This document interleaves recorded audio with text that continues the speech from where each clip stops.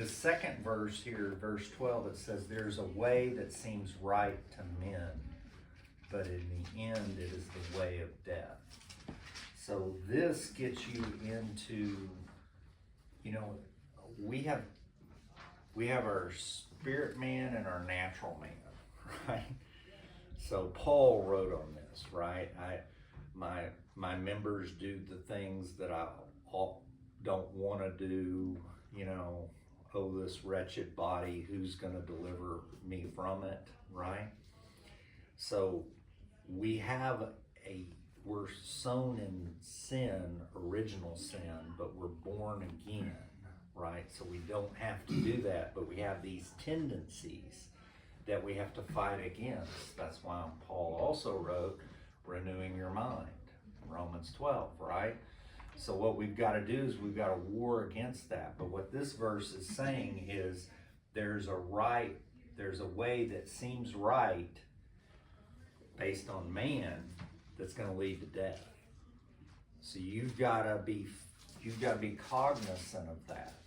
And we have all these cults that captivate on that, right? They do things, and looking just in the natural, it looks right, and it looks good.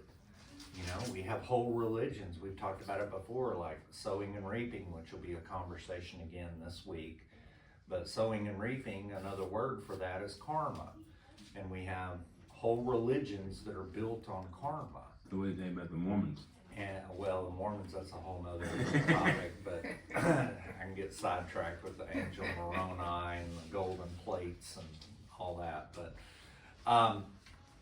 But the sowing and reaping is built on a biblical principle. So it looks right because karma actually works because it's based on something biblical. So it looks right to man, but they're worshiping the wrong thing, right?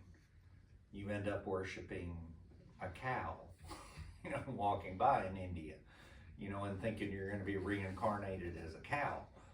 But people believe it because sowing and reaping is a biblical principle.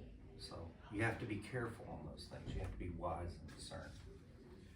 So the question here is how